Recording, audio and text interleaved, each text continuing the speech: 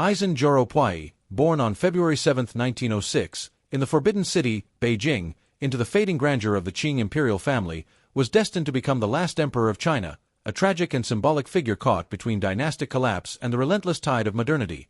The eldest son of Prince Chun and a direct descendant of Emperor Daoguang, Puyi was unexpectedly chosen by the Empress Dowager Cixi to ascend the throne at just 2 years and 10 months old following the death of the Guangxu Emperor in 1908, marking a return to the ancient practice of enthroning infant rulers under regency, which in his case fell to his father and other court officials. His enthronement was more ceremonial than substantive, an image of imperial continuity as the empire teetered on the edge of ruin, with revolution fermenting across the provinces and foreign powers encroaching deeper into China's sovereignty. Puyi's early childhood was marked by profound isolation and psychological pressure. He was raised by eunuchs and tutors within the Forbidden City's walls, forcibly separated from his parents, and subjected to intense ceremonial routines that enforced his symbolic role as the Son of Heaven, yet denied him meaningful human interaction. This upbringing, combined with the rapid disintegration of imperial power, made him deeply insecure and confused about his identity. In 1911, the Xinhai Revolution erupted under Sun Yat-sen's Republican movement, and by February 12, 1912, the 6-year-old emperor, too young to grasp the historical gravity of his position, was forced to abdicate by his regent father under pressure from the revolutionaries and Yuan Shikai,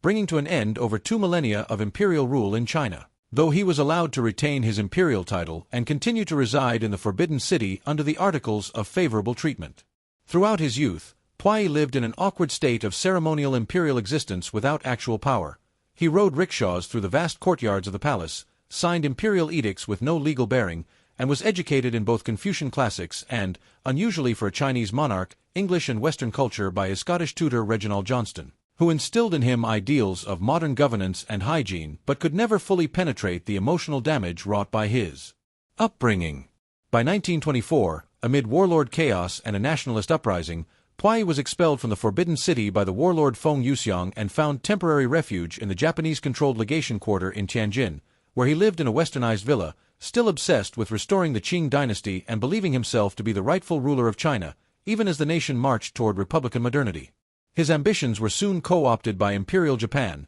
which sought to use him as a puppet figurehead to legitimize their invasion and colonization of Manchuria.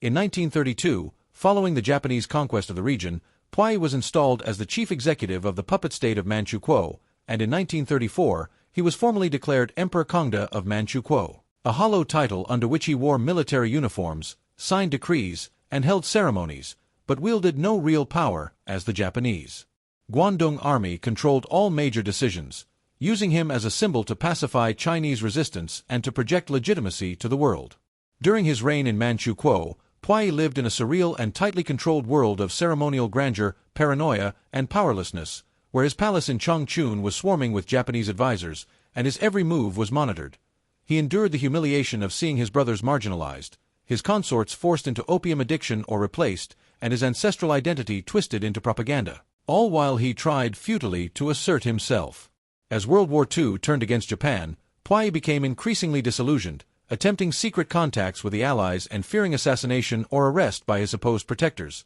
In August 1945, following the Soviet invasion of Manchuria, he attempted to flee by air but was captured by the Red Army and taken to the USSR, where he spent 5 years in detention in Siberia, learning of the atomic bombings, Japan's surrender, and the total dissolution of his imperial dreams. In 1950, the Soviet Union extradited Puyi to the newly established People's Republic of China under Mao Zedong, where he was imprisoned in the Fushun War Criminals Management Center and underwent years of re-education through labor, publicly confessing his crimes as a puppet emperor, being forced to renounce his royal identity, and gradually transformed, through Marxist indoctrination, manual labor, and psychological reform, from a deluded monarch into a citizen of the People's Republic. In 1959, following a general amnesty, Puyi was released and settled in Beijing as an ordinary civilian.